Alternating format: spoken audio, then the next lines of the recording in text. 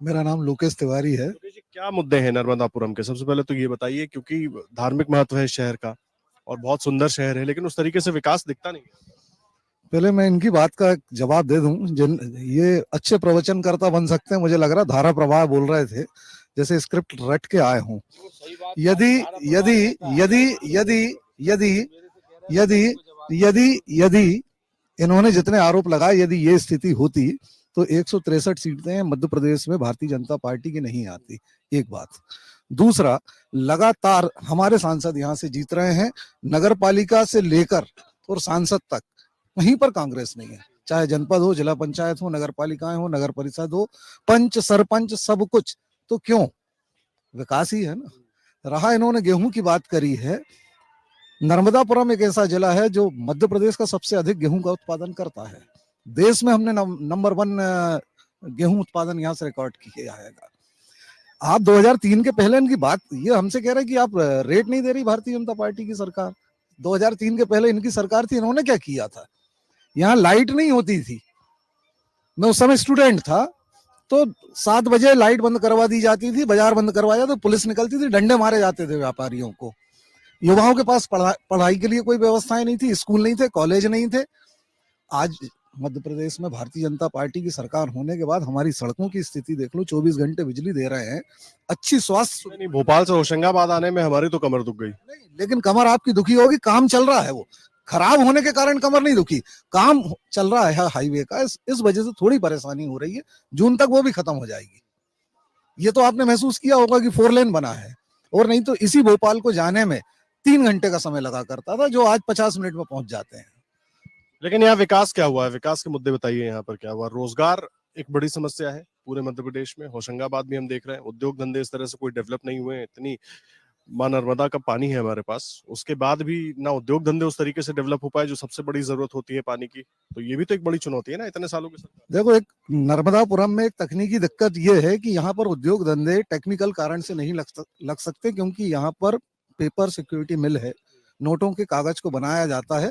प्रदूषण का असर कहीं उस पर ना हो, तो एक रेडियस फिक्स किया गया, उसके अंदर कोई उद्योग धंधा लग नहीं सकता। एक बात।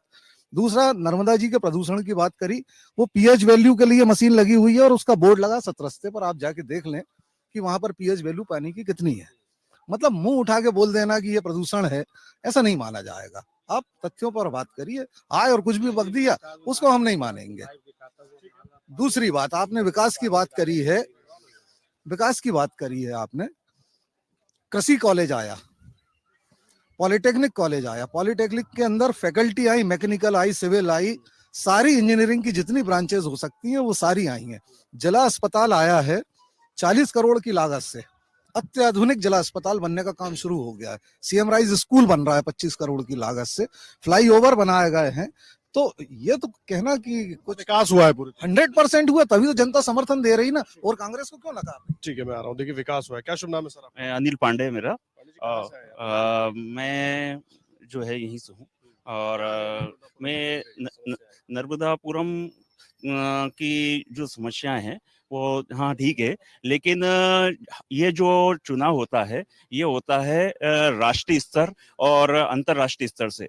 एनडीए गठबंधन के पास ना तो कोई नेता है, ना इस प्रकार से कोई विदेशों नहीं, वो इंडिया के पास। एंड क्योंकि मोदी जी जो हैं विश्व में ही, भारत में नहीं, उस मुद्दे पर हम उनके साथ हैं। और आज उन्होंने स्वच्छ भारत का जो मिशन दिया है, कहीं भी आपको कोई गंदगी नहीं दिखती। हर व्यक्ति आज वो जागरूक हुआ है, वो कचरा अपना उस गाड़ी में डालता है, नहीं तो जगह जगह कचरा गंदगी फैली हुई थी। इसी तरीके से मोदी जी ने जो देश का नाम अंतर्राष्ट्रीय स्तर पर जो पहुंचाया है, वो आज तक के कोई प्रधानमंत्री नहीं पहुंचा पाए। ये कि ये बहुत बड़ी उपलब्धि है हमारे देश की, हमारे मान की। जहां भी वो जाते हैं उनके सम्मान में हमारे देश का नाम ऊंचा होता है। तो ये यही एक गर्व की बात है। हम विकास जहां है, और विकास हो रहा है, ऐसा नहीं है। कहाँ भारत था, किस स्थिति में था, आज हम किस स्थिति पे पहुंच गए। रोजगार भी है, करने वाला चाहिए, काम करने वाले के लिए कोई कमी नहीं है। और नहीं करने वाला तो वो 2 रुपए किलो, 1 रुपए किलो गेहूं में खाएगा और उससे जीवन यापन करेगा। और जो नहीं है वो घर बैठेगा। पढ़ा लिखा आदमी के लिए रोजगार मिल रहा है, और अगर जो नहीं कर रहा है उसके लिए कुछ भी नहीं है, वो घर बैठेगा। उनके लिए व्यवस्था कर दी गई है कि 1 रुपए किलो 2 रुपए किलो गेहूं खाए और आराम से 1000 रुपए 10 रुपए, जो मोदी जी ने अगर किसानों के लिए व्यवस्था की है कि किसानों को लेकर बहुत बात होती है, किसानों की आय दुगनी करने की, हो गया है क्या? समृद्ध 6000 10,000 रुपए दे रही है। इसके बाद मध्य प्रदेश सरकार भी दे रही है। उनके कर्जे हमें जो है उसके लिए जो कोऑपरेटिव बैंक है उसमें बिना उसके जो है कर्जा दिया जाता है और उनको हर तरह का सहयोग दिया जा रहा है। किसानों की समस्याएं कभी खत्म नहीं हो सकती है, लेकिन उनकी समस्याओं का समाधान सरकार ने बहुत ज्यादा किया है और अग्रसर हैं। ऐसा नहीं है कि देश के विकास की बात कर रहे हैं, ठीक है, बहुत अच्छी बात है। आपको लगता है कि मोदी जी की वजह से देश बहुत विकसित हो रहा है। रोजगार युवाओं की बड़ी समस्या है, यहाँ पर भी मध्य प्रदेश के दूसरे जगहों पर? देखिए